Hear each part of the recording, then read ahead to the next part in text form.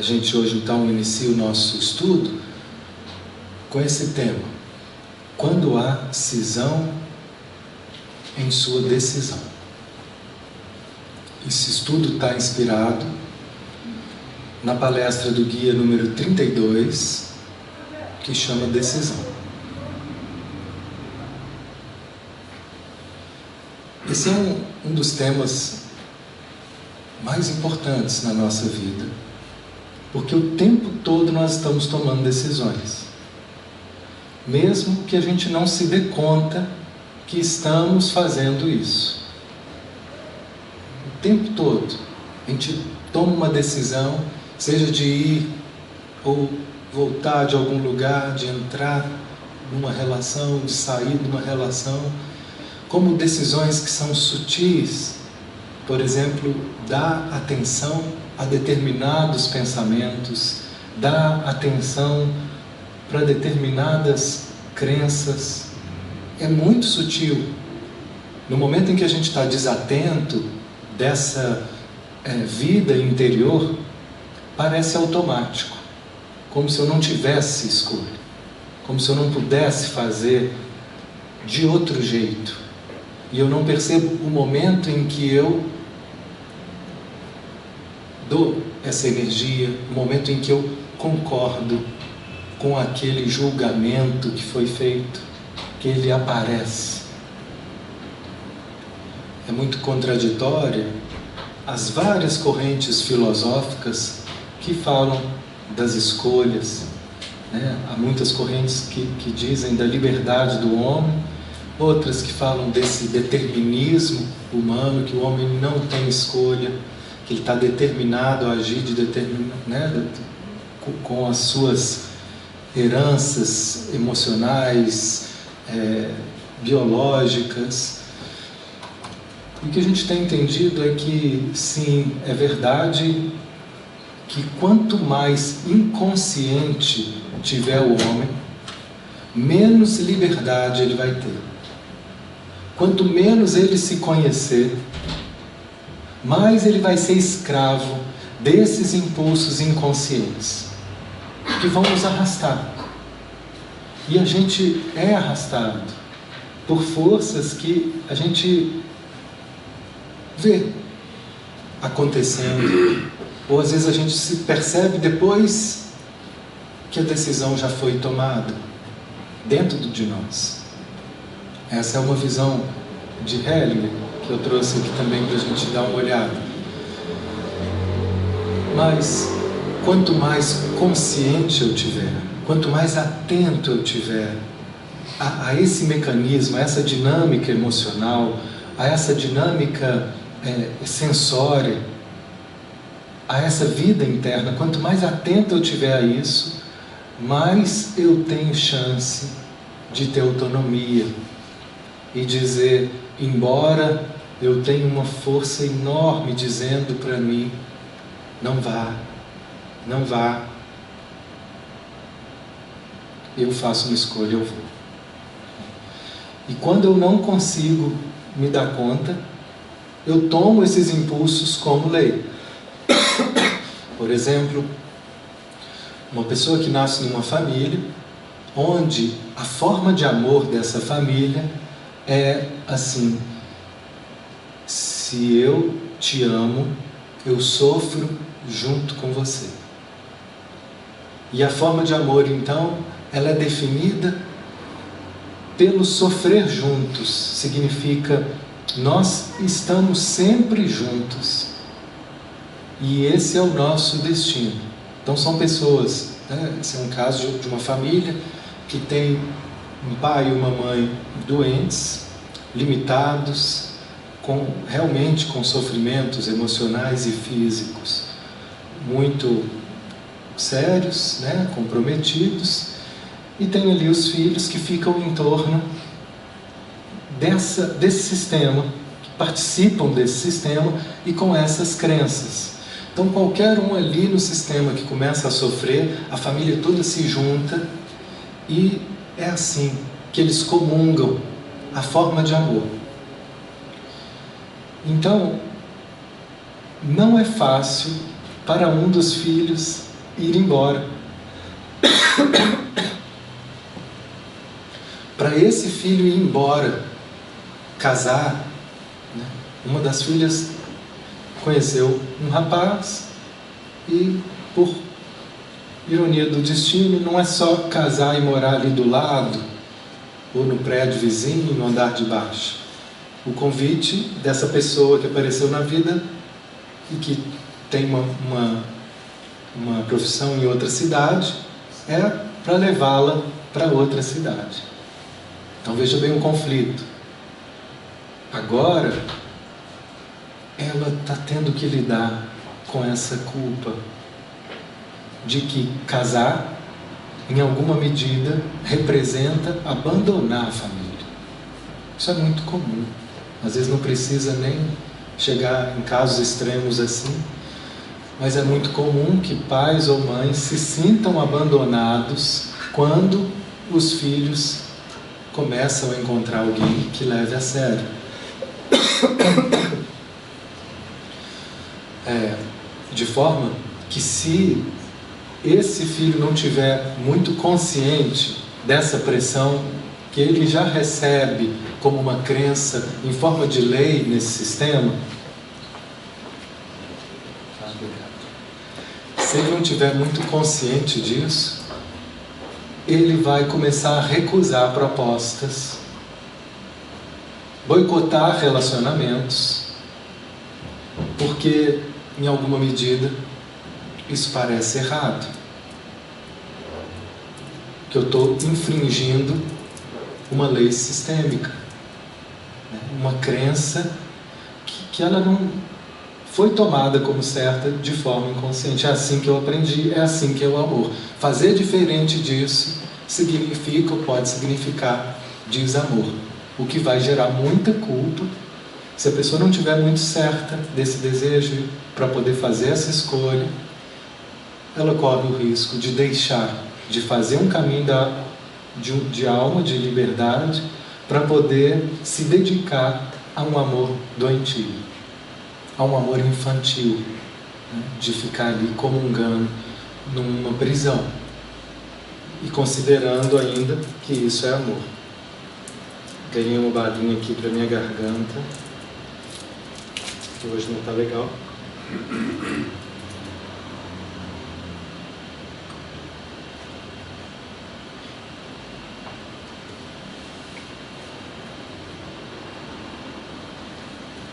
A gente vai estar falando mais sobre essa decisão.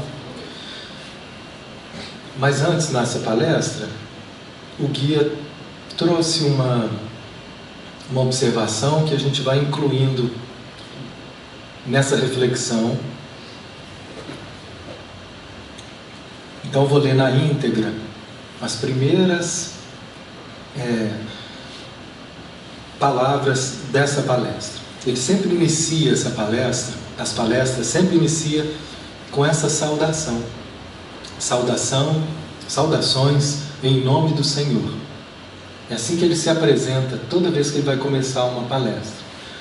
Que já define assim: eu estou aqui como um enviado. As minhas palavras, elas estão servindo ao Senhor. Esse é o propósito de cada expressão do guia, de trazer mais lucidez e nos aproximar da compreensão desse caminho espiritual. Trago bênçãos para todos vocês. Todas as coisas trabalham em conjunto para o bem daqueles que amam a Deus. Vamos examinar essa afirmação das Escrituras para descobrir seu significado mais profundo. As palavras "aqueles que amam a Deus" não querem dizer apenas que vocês acreditam em Deus, ou declaram amá-lo, ou dizem suas orações. Como vocês sabem, o verdadeiro amor a Deus significa trabalhar espiritualmente, desenvolver-se, chegar a conhecer a lei divina em todos os seus aspectos psicológicos, que dizem respeito a vocês pessoalmente. Vou fazer uma pausa, do mesmo jeito que ele falou na palestra anterior. O que é alimento divino? O que nutre a nossa alma? Quando a gente fala, eu preciso de alimentar a minha alma. O que alimenta a minha alma é estar num caminho de desenvolvimento interno. É estar aberto para esse crescimento. E aqui ele diz que é essa forma, quando a gente fala assim, como é que você ama a Deus? Você ama a Deus? Amo. Rezo todo dia para Ele o Pai Nosso e a Ave Maria 3 vezes. Cumpro as minhas obrigações. Isso é amar a Deus. O que a gente acredita que é amar a Deus, ele vem traduzir dessa forma. Pode ter outras formas de amar? Sim. Mas essa é uma forma que ele traduz essencialmente para nós. E olha como é que fica mais próximo. Olha como que talvez muitos de nós estavam amando a Deus sem saber que isso era amar a Deus. Ou pessoas que acham que amam a Deus estão só alimentando crenças que são improdutivas ou cumprindo rituais, rituais que não representam de fato nenhum efetivo processo de transformação. Mas o que ele está definindo como amor a Deus é essa entrega a um caminho de desenvolvimento, de transformação. Que é essa nossa tarefa nesse plano como encarnados. Tudo que a gente vive aqui tem a função de estar nos despertando, nessa palavra aqui do Cristo, que a gente leu aqui mais cedo. Se eu resgato aqui exatamente. Veja bem, qual é o propósito do Cristo quando ele chega nesse planeta? Qual é o propósito? O propósito dele foi manifestar Deus. O propósito dele foi manifestar na vida dele as palavras de Deus, para que ele pudesse, com a vida e com as palavras dele, nos trazer de volta para a casa do Pai, nos aproximar de Deus. E ficou muita coisa incompreendida. Mas aqui são palestras são palavras que diz assim, isso aqui é o Evangelho de João, capítulo 17. Manifestei o teu nome aos homens do mundo, aos quais me deste. Não foram todos, alguns. Ele falava, vocês não vêm a mim porque eu quero ou porque vocês querem. Essa não foi uma decisão sua, mas porque o Pai quis assim. Nós somos atraídos. Não é uma decisão racional de nenhum daqueles apóstolos serem fisgados por aquele amor. Eles não tinham outra escolha, eles só tinham aquele caminho para seguir. Foi uma decisão? Sim, mas ela já estava tomada no coração deles. Para que eles se levantem daquela forma e larguem tudo para segui-lo, é porque o coração já tinha um destino. Isso não foi uma construção assim imediata. Isso foi só mais um passo de algo que já tinha aqui todo um movimento. Então ele diz assim: eu não estou mais no mundo, mas eles estão no mundo. Eu estou indo para ti. Pai Santo, guarda-os em teu nome, a qual me deste, para que sejam um, como nós somos. Santifica-os na verdade. para que todos sejam um. Esse era o propósito. Assim como tu, Pai, estás em mim e eu em ti, que também eles estejam em nós, a fim de que o mundo creia que tu me enviaste. A glória que deste a mim, eu também dei a eles, para que sejam um, como nós somos um.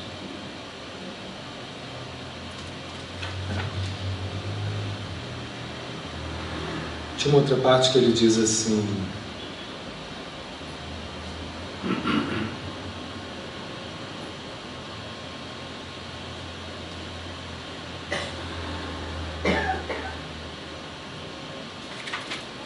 aqui, eu estou neles e tu estás em mim, a fim de que sejam aperfeiçoados na unidade. Essa era a proposta do Cristo, para que sejamos nós aperfeiçoados na unidade, ou seja, e vivemos em estado de separação. Esse é o plano, é isso que o guia fala o tempo todo, que todo esse trabalho que ele faz para que a gente veja as nossas imperfeições, é porque assim, ao tomar consciência delas, nós vamos estar soltando, diluindo e transformando tudo aquilo que nos separa de Deus, que nos separa dele, do Cristo, que nos separa dessa força de amor na vida, que nos impede de nos sentirmos um. Essa unidade era o estado que ele vivia. Por isso que ele não tinha medo. Ele vivia em plena unidade com essa força divina. E o trabalho dele foi apresentar isso para nós e dizer: é possível. É possível. E era essa rogativa, era essa prece dele nesse versículo, pedindo a Deus a força para que a gente se aperfeiçoe nessa unidade. Então, o que seria amar a Deus? Seria reconhecer primeiro que eu não estou em estado de unidade, mas eu quero estar. Eu não sei qual foi o desejo que vocês imprimiram quando a gente pergunta: o que eu quero? O que eu mais quero? Essa é a pergunta fundamental quando a gente vai trabalhar essa questão das decisões na nossa vida. Muitos de nós caminham sem saber, nós vamos seguindo o fluxo, mas sem saber, com consciência, sem ter a clareza do que realmente eu quero. Então essa é uma pergunta para a gente estar se fazendo sempre. E mesmo que em algum momento eu tenha respondido isso, como um dia eu respondi, teve um dia que eu fiquei isolado, peguei um vale day, um vale night, fui para uma casinha no meio do mato e fiquei lá sozinho. E lá eu fiquei aqui acima, fazendo meus estudos, minhas meditações. Tem gente que pega o Vale Night para balada, né? Gabi tá rindo de mim, adora rir de mim. E eu peguei o Vale Night para ficar sozinho no mato, mas era a minha festa, era aquela naquele momento. E ali eu fiquei nos estudos, nas palestras e me perguntando o que eu mais quero. Aí o que vinha eu anotava. O que vinha, depois eu perguntava: é isso mesmo? O que eu mais quero? Não veio de imediato, mas foi vindo, aos poucos, foi clareando. E a gente pode se perguntar mais uma vez: o que eu mais quero de tudo aquilo que eu faço na vida? E às vezes o que eu mais quero não é o que eu estou fazendo. Perceba para onde que está indo a sua energia. Para onde que está indo a sua atenção? Onde na tua vida que tem mais atenção? É isso que você hoje mais quer. Mesmo que não seja exatamente esse o desejo do seu eu adulto, vamos falar assim, do seu eu, da sua parte, do seu ser mais maduro. Mas às vezes o que a gente está manifestando são desejos infantis. Por exemplo, o que eu mais quero é ser reconhecida, é ser reconhecido. Racionalmente eu posso achar isso não evoluído, não maduro, imaturo e desprezível. Mas se repararmos naquilo que eu mais faço, e pode ser que você perceba que o que você mais faz está em busca disso. E não de qualquer outra coisa bacana e bonita e evoluída que você tenha apresentado como desejo. Pois não. Eu sei que você gosta de falar.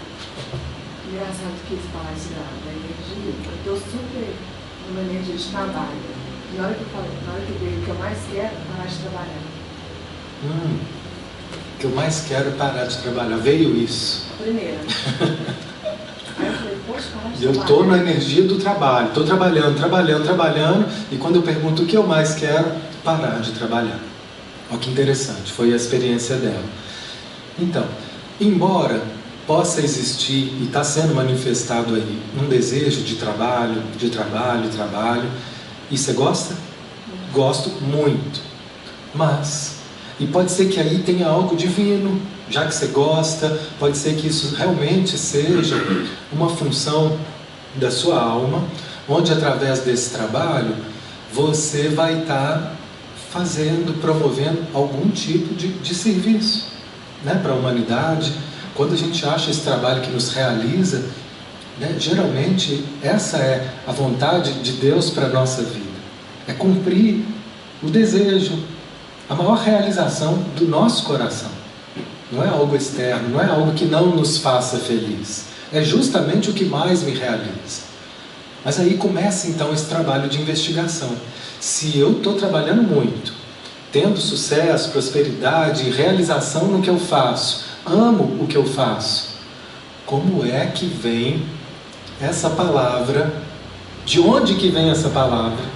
Que não é de mim, apareceu, que vem o que eu mais quero, parar de trabalhar. Não sei se a gente vai ter sucesso nisso que eu vou trazer para você me diz se tem a ver. Mas a minha hipótese, ao te ouvir, é que, por mais que exista, sim, um caminho de alma genuíno e de amor pelo que você faz, e manifestando aí algo muito saudável e construtivo, junto com isso, pode ser que tenha também um exagero, um excesso, ou uma pressão, ou uma insegurança. Pode ser que algumas outras emoções, junto com essa parte bonita, que estejam gerando algum tipo de estresse, de tensão, de peso, de pressão. Sim? Sim, porque já veio a outra na sequência, né? Quando então eu vou, e essa tensão vai aumentando, ela vai se pressionando, o que acontece? O que era para ser bom e prazeroso começa a ficar desprazeroso, tenso, pesado. E aí vem uma voz que diz, eu quero parar. Mas veio outra na sequência, que foi, eu quero ser livre. Eu quero ser livre. Então, quando eu digo, eu quero parar, olha que bacana, como é que vai sendo refinado o conhecimento dos nossos desejos e das nossas decisões. Se eu confiar nessa primeira coisa que veio, ela pode nos enganar, ela é só uma superfície do que eu realmente quero. Então, no primeiro momento veio, eu quero parar. Ou no primeiro momento pode vir assim, eu quero sair desse relacionamento. Né? Ou no primeiro momento, eu quero parar de trabalhar. Mas é mesmo isso que eu quero? Não, eu amo o que eu faço. Então, o que eu realmente quero quando eu falo que quero parar? Aí vem uma outra frase, eu quero ser livre. Agora sim. Então, ou seja, por mais que eu ame esse trabalho e ame o que eu esteja fazendo, tem algumas questões nesse trabalho que estão me fazendo me sentir presa. Então, qual seria o ideal a ser construído? Eu quero sim poder trabalhar, mas eu quero poder me sentir livre com o que eu faço. E aí nós vamos caminhar aqui, quando ele diz sobre essas decisões, que o que ele define como maturidade de decidir. Algumas, né? O que seria então essa liberdade? Poderia continuar aprofundando com você aqui, como um exemplo para nós. Essa liberdade poderia ser um estado interno, que se assim for, é uma conquista nesse trabalho de transformação. Ou seja, que às vezes o que me impede de ser livre nessa relação não é algo externo, mas é como eu vejo as coisas, né? Por exemplo, uma amiga minha estava me contando que a irmã dela, muito exigente, que durante muitos anos a irmã dela trazia palavras agressivas, que quando ela falava feria ela, sabe? E ela ficava triste, ficava chorando, ficava assim. E ela foi se trabalhando, terapias, um processo longo de trabalho emocional. E hoje a irmã continua a mesma.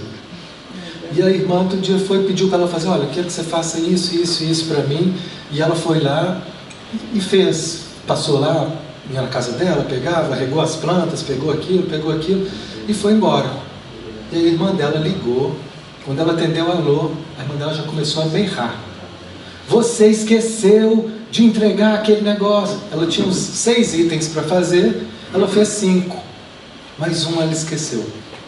E a irmã babou na orelha dela. Xingou. E dessa vez, ela olhou e falou, realmente não consegui.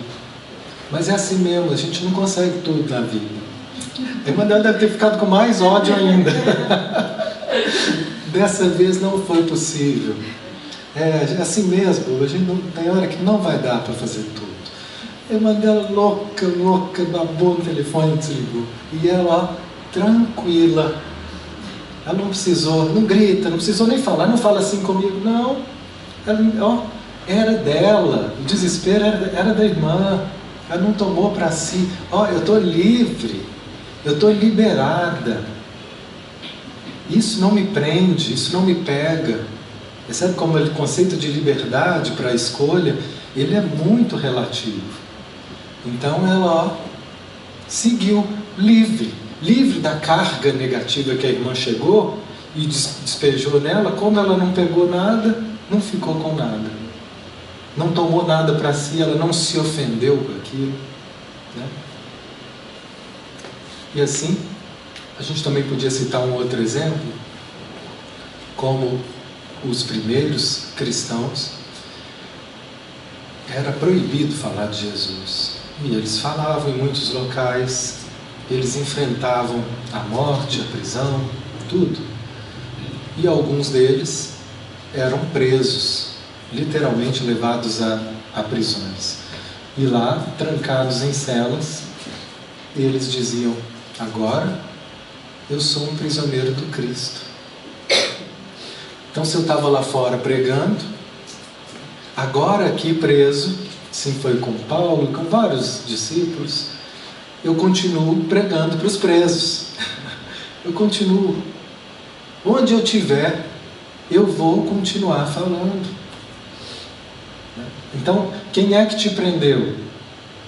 Foi o Cristo. O Cristo quer que eu esteja aqui agora. Deus quer que eu esteja aqui agora. Ele não se sente preso, ele se sente guiado. Então, ou seja, essa liberdade é uma questão de interpretação. Assim como Pilatos chega para Jesus, quando Jesus não responde as perguntas dele, Pilatos acha um absurdo, porque ele era o rei ali daquele espaço. Como assim você não me responde? Você não sabe que eu tenho poder para te libertar? Você sabe com quem você está falando? Eu sou Pilatos, eu sou o dono, eu que mando aqui nessa zona, eu é que tenho poder para te libertar. Você não sabe disso? Jesus olha para ele e fala, você não teria poder algum se o meu Pai não te desse. O amor dele era tão absoluto que ele compreendia que tudo aquilo que estava acontecendo com ele era por amor de Deus. E se Pilatos o mantinha preso, era porque assim Deus estava. Veja que isso não é uma postura resignada, que pode ser uma máscara, mas era de fato, porque quando é máscara, a gente começa a justificar as dificuldades, mas aquilo ali tira toda a nossa força e a nossa integridade, que não era o caso. Ali ele estava completamente consciente, mas aceitando aquela situação. Ou seja, ele não se sentia preso, ele se sentia cumprindo a vontade de Deus. Essa liberdade, ela é uma conquista interior que esse trabalho vai nos dando. Porque isso só é possível quando a gente desenvolve humildade. Porque quando tem orgulho e alguém me xinga, eu vou falar, eu não admito que você fale assim comigo. E aí começou a briga. Quando não tem, isso não me afeta, gente, isso é dele. Posso até falar, olha, eu não estou gostando que você fale assim comigo, não. Mas é de um lugar que eu não é destrutivo, é não violento. Né? Agora, tem uma outra liberdade, que aí sim é o ponto principal dessa palestra, que não depende de nós. Né? Por exemplo, estar no mundo como ele esteve, Jesus e os apóstolos, era estar suscetível aos poderes desse mundo, às leis desse mundo, aos egos desse mundo. Então, quando a gente, aqui nessa esfera, tudo aqui nesse planeta, tem uma lei para esse planeta que diz assim: tudo aquilo que você fizer tem dois lados, um vantajoso e um desvantajoso. Aqui nessa esfera é assim. Sabe esse trabalho que você ama? Ele tem uma parte maravilhosa, mas ele também tem uma desvantagem. Sabe esse casamento, esse namoro, essa relação?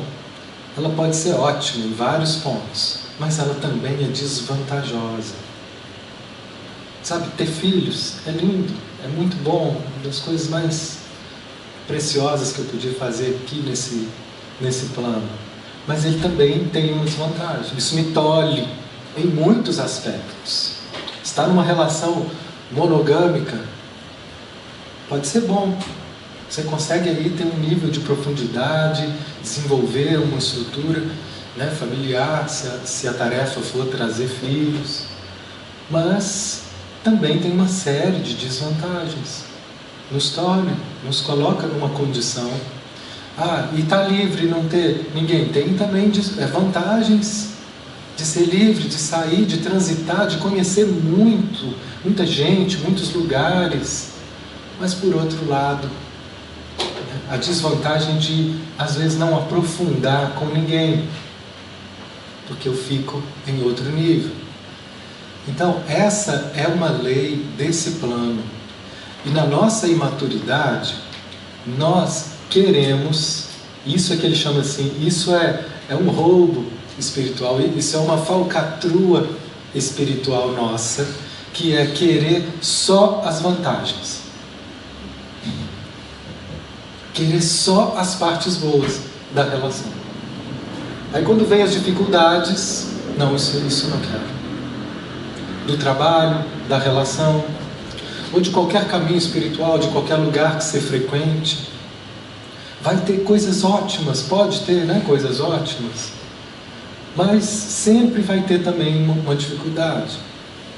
Qualquer formação que você fizer, né, um curso de psicologia que eu fiz, muito bom, mas muitas partes dele foram horríveis. Cada matéria que eu tive que ler, que aprender, que eu não entendi o que eu estava fazendo ali. Assim também na nossa graduação, mas tem umas vantagens, né? Me deu uma base, uma autorização para exercer um ofício.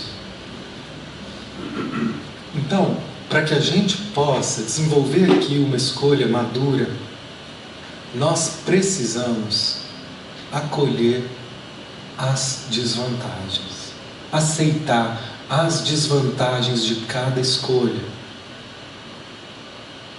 Se eu não puder aceitar essas desvantagens, eu vou estar sempre brigando. E para isso eu preciso saber o que eu quero. Para saber, olha, você quer essa formação? Quer? Saiba então o seguinte: nem todas as aulas vão ser boas, nem todas as matérias vão ser interessantes.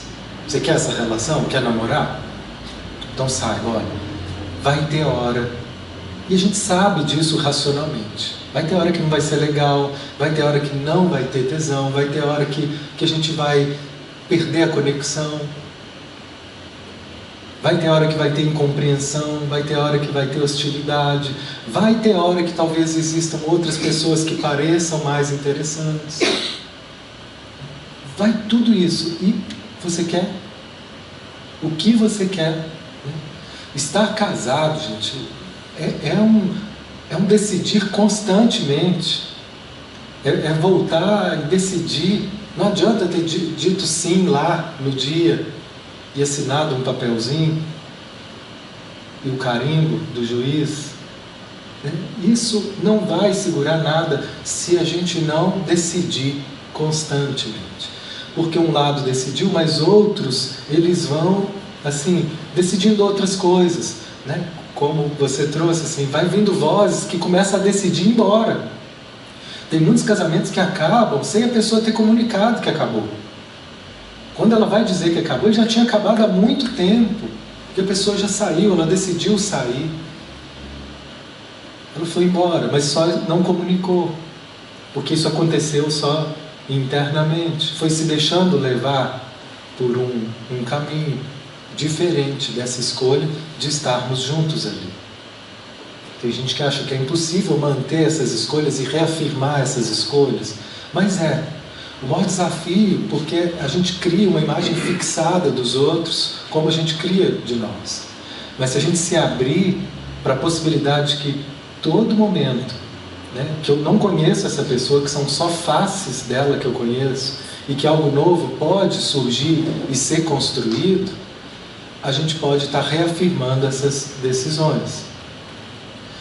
Assim como, se você tiver com a pretensão de seguir esse caminho de transformação dentro do Peto, do guia, ou dentro de qualquer outro caminho espiritual, religioso, é também uma decisão constante.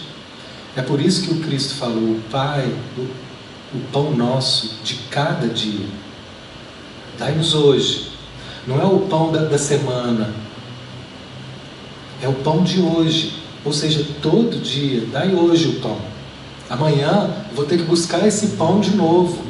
E o que é esse pão? O que é esse alimento espiritual? Ele está dizendo, o verdadeiro alimento é a gente estar aberto para esse trabalho de transformação. Mas como que isso nos alimenta? Como que isso representa amor de Deus? Porque cada passo que eu dou, né, na destituição do falso, cada passo que eu dou nisso, eu me torno mais com Deus. Isso é decisão rachada? Essa é a decisão. A decisão rachada é quando eu também quero, nesse caminho espiritual, só as vantagens. Eu quero só que Deus só atenda às minhas necessidades. E às vezes, justamente, faz parte da necessidade do seu espírito viver uma situação de perda, de decepção, porque é isso que vai te amadurecer, é isso que vai te despertar de um estado que você não estava vendo o quanto ele estava sendo um estado de separatividade. Mas naquela frustração, naquela dificuldade que você amaldiçoa, que você repudia, que a gente pede a Deus para nos tirar dela, é justamente ela. Por que esses apóstolos primitivos, eu dou o exemplo deles porque, mas tem muitos outros, né, contemporâneos aí, que a gente pode também trazer. Por que eles eram, né, se sentiam tão um com Deus? Porque tudo que acontecia, eles acolhiam no coração. Eles não brigavam com a vida. Tudo que acolhia, eles sentiam que aquilo ali era uma manifestação divina, convidando a eles a dar o melhor de si e a aprender com aquelas situações. Então não tinha briga. Aqui, perceba como você briga com a sua realidade. Quais são os aspectos que você briga com o seu trabalho, com a sua vida, com os seus relacionamentos? São tantos. E cada uma dessas brigas, cada um desses aspectos que inflamam em nós, são justamente esses aspectos que criam essa separatividade. Então, se a gente usar dessas experiências como um caminho de transformação, elas vão produzir em nós essa sensação de estar mais inteiros, de estar mais conectados com a nossa alma, de estar mais unidos a Deus. Então, eu não sei qual foi o desejo, mas esse talvez seja o desejo mais puro. E às vezes a gente vai desejando outras coisas até poder chegar nesse, que é o desejo de estar em amor, o desejo de estar em unidade, o desejo de estar a serviço. Para que eu esteja realmente a serviço, no que eu puder fazer, só é possível se o meu coração estiver unido. E até o momento que a gente manifeste esse desejo de alma plenamente, é um trabalho a fazer. Porque por mais que eu diga sim, é isso que eu quero, e eu digo sim, uma parte está dizendo sim. Mas outras partes emocionais, elas levam mais tempo para dizer sim. Levam mais tempo para poder realmente soltar o medo, a culpa.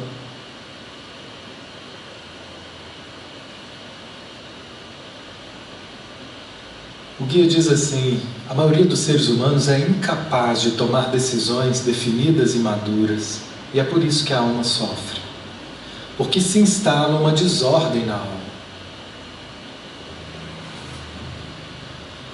E essa desordem vai gerar conflitos e confusões. Então, ele diz, todas as confusões e conflitos na nossa vida, elas acontecem por causa de decisões equivocadas, que estão sendo tomadas racionalmente ou emocionalmente. Por exemplo, uma pessoa que decide estar num casamento em um lado, mas emocionalmente, ele está o tempo todo querendo ir embora. Ele está o tempo todo querendo desfrutar de outras coisas. Porque até que ele escuta essa voz, eu não quero perder nada. Estar aqui é perder. Então, enquanto essa dimensão emocional também não se resolver, não se curvar, não se alinhar, tem uma imagem que os indianos, né, ilustram o Bhagavad Gita, que é o carroceiro com sua carroça e seus vários cavalos. Tem um cavalo que é o corpo físico, pode representar o corpo emocional, o corpo mental, né? Cada um desses cavalos às vezes segue uma direção, e o nosso trabalho é ir alinhando eles. Então não adianta nada vir uma decisão que vem aqui do carroceiro, que a gente pode chamar que é a alma, o nosso eu real, o nosso eu superior, nosso eu divino, que diz isso: eu quero, né? Eu quero estar em unidade, eu quero aprender a amar. Porque ainda que eu falasse a língua dos anjos e de todos os homens, ainda que eu tivesse tudo, todo o dinheiro, todo o trabalho, que eu tivesse aquele homem, aquela mulher, ainda que eu tivesse tudo, qualquer coisa que você pensa em querer, qualquer coisa que se você pensar e tiver sem amor, eu nada tenho, eu nada seria. isso não vai me realizar. Então, se a gente entende e vem desse lugar mais puro, é isso que eu quero, e definir isso e conscientizar, trazer isso para os níveis inferiores, é o trabalho. Eu quero desenvolver a capacidade de amar. Aí depois tem uma outra palestra só sobre isso. O que seria essa capacidade de amar? Não é ser agradável com todo mundo, não é satisfazer a vontade de todo mundo, não é isso. O guia diz, amar é a gente estar disponível para a vida. Olha que bacana. Então ele vai desconstruindo alguns conceitos, como amar a Deus, como amar nas nossas relações. Está disponível para a vida, está disponível para tudo. Para aquilo que nos agrada, que nos beneficia, e também para aquilo que parece contrariar essas expectativas do ego.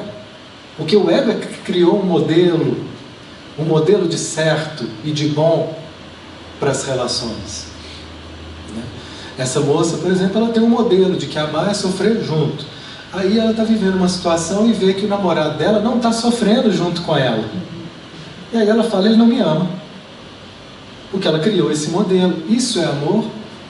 Significa que ele não ama ela porque ele não está sofrendo com ela no momento em que ela está ali apertada com uma situação de um parente que está internado? Ele está ali, ele está junto com ela, ele está do jeito que ele pode, mas ele não está sofrendo com ela. Ela achou isso muito estranho. Pareceu não amor. Porque essa é uma construção do ego. Então toda vez que essas construções elas forem contrariadas, nós vamos sentir frustrados. Mas isso não significa que é ruim para o espírito. Às vezes essa é a maior necessidade do nosso espírito. É expandir essa noção do que é amor, do que é a vida. Então nesses níveis há muitos desencontros. E ao escutar para onde que esses cavalos estão indo, para onde que eles querem ir, nós vamos aprendendo a alinhar, a trazê-los para mais perto. Ele diz assim, passa muito despercebido o fato de que com muita frequência existe um abismo entre o que vocês pensam conscientemente e até o que desejam conscientemente e o que está no seu subconsciente, minando aquele desejo bom e verdadeiro por meio de uma corrente emocional contrária.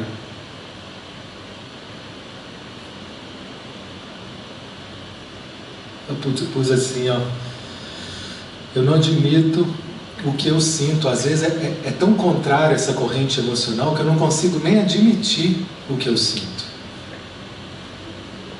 De tão contrário, eu não acredito que eu possa sentir isso, que eu queira uma coisa dessas.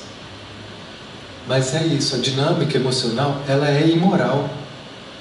Ela não está nem aí para o que você acredita, para o que é certo, porque você estudou lá no catecismo, porque você leu na palestra do guia. Eu quero. É assim, é igual uma criança dentro de nós. Quem tem filho sabe. Não adianta explicar para ele, filho, escovar o dente, fala assim com a minha filha, escovar o dente, a cárie, vai dar o bichinho se não escovar, não limpar, mas eu não quero. Você entendeu, filho? Entendi, papai, mas eu não quero. Eu quero brincar. Esse é o corpo emocional que a gente tem. E enquanto a gente não escutar e acolher, eles se persistem fixados a padrões, geralmente em função de dores e crenças equivocadas.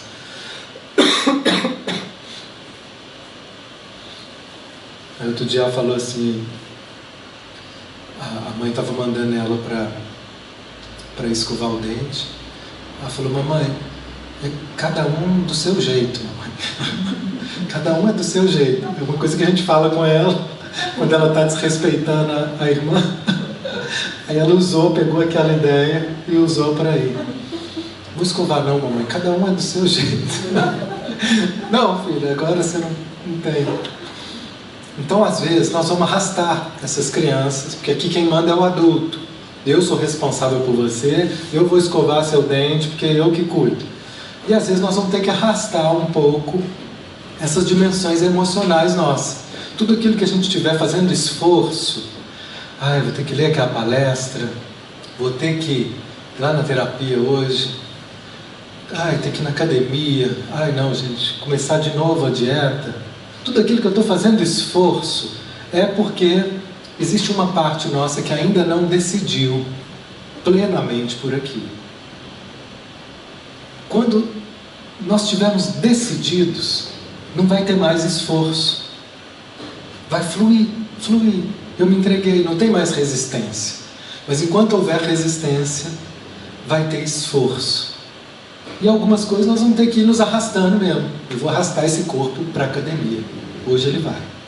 E vou. Aí vem um lado que diz, não, eu não quero, preguiça. Não, vai. Vai comer o verde, vai comer o brócolis. Põe o azeite, mas come. É bom, brócolis. É tão ótimo, eu amo brócolis, gente. O gosto de brócolis. Me fascina. Assim. Nós precisamos encerrar. E aí ele diz assim, de vez em quando ele solta umas. Nessa nossa imaturidade, de decidir, por exemplo, eu quero melhorar a minha vida. Olha que decisão bacana. Vai virar o ano agora, é hora da gente decidir, né? Vestir lá o amarelo, o azul, pular as ondinhas, para decidir mais uma vez o que eu quero melhorar. Nessa decisão de melhora, ela vem mais ou menos superficial, mais ou menos profunda. Ele está dizendo, olha, se de alguma forma, emocional ou inconscientemente, vocês esperam atingir essa melhoria, esse desenvolvimento espiritual, a paz de espírito, sem fazer esforços sérios para isso, sem fazer esforços sérios para superar esses obstáculos, isso representa, de certa forma, um roubo espiritual. Isso é uma corrupção, que é querer o fácil, querer levar uma vantagem, que é ter sem pagar o preço. Quer melhorar? Quer se tornar um bom profissional? Quer se desenvolver espiritualmente? Quer abrir espaço para que você viva mais em paz? Quero. Então saiba, tem um trabalho sério a fazer. Leva um tempo e exige um esforço. Sair da zona de conforto. Sair de zonas de conforto, escutar essas vozes imorais dentro de nós, escutar essas partes que estão caminhando para outros lados. É desagradável, é constrangedor, é vergonhoso. É esse o trabalho, de saber que a gente não é vítima do nosso destino, que nós é que criamos a nossa realidade, que nós não somos inocentes, que não tem ninguém punindo a gente, que o nosso sofrimento não é porque o outro não está entregando a minha expectativa, sou eu, é que estou sendo incapaz de estar aceitando a vida como ela é. Sou eu, é que não estou dando conta de valorizar o que está sendo possível nesse momento, com os limites desse humano que eu sou. Tinha mais coisas, mas nós vamos encerrar aqui.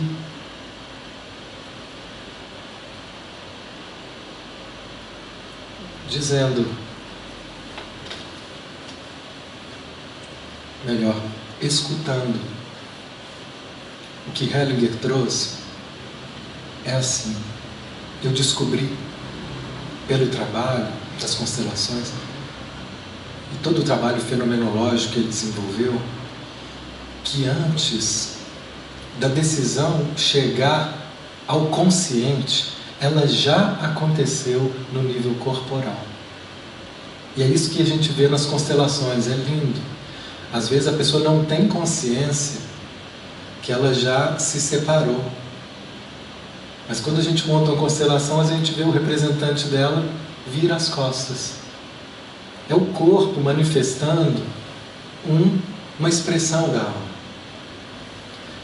E ali, mesmo que eu não fale do representante, mas de mim, através da focalização, a gente comprova a mesma coisa. O que é a focalização do Eugênio Gendre? ele também usa um método fenomenológico que diz: o meu corpo, as expressões corporais, elas trazem, elas é que julgam, elas é que decidem, muito antes de eu ter consciência do que está sendo expresso. Então, se eu paro e escuto, né, como a gente fez aqui uma focalização com uma pessoa, e ela começou a sentir um aperto no peito, ela não sabia o que era aquilo, começou a prestar atenção naquele aperto, e ela viu uma tristeza, começou a chorar, e eu não sei porquê, mas estava vindo, antes dela saber, ela já estava sentindo no corpo, e sentindo a emoção, que era uma tristeza, um sentimento de tristeza, e aí então quando veio a imagem, ela trouxe, está vindo uma imagem, deu, chegando para a minha chefe e me despedindo dela. E ela não sabia que ela estava querendo ir embora. Não tinha essa consciência. Mas ali ela percebeu que a decisão já tinha acontecido. Estão entendendo? Só que às vezes a gente demora para perceber que eu já saí desse trabalho, que eu já saí dessa relação, ou que eu já entrei nessa relação. Quando eu vejo, eu já estou envolvido. Não achei que estava sob controle, que eu já entrei, que eu já estou. Quando eu percebo, já aconteceu. O nosso mental, geralmente, ele vai depois. Depois é que a gente tem consciência do que já está manifestando. Então a gente encerra dizendo assim: nesse momento, eu abro espaço para perceber qual é o desejo mais puro da minha alma. O que no fundo, no meu coração, é a escolha que vai me levar para o caminho de maior realização na minha vida. Eu abro espaço para escutar isso. Não é eu que vou criar, vou pensar sobre isso. Não precisa pensar. Só abre esse espaço para escutar. Que aos poucos, quanto mais abertura a gente tiver, mais isso será revelado. Uma boa noite a todos. Boa noite.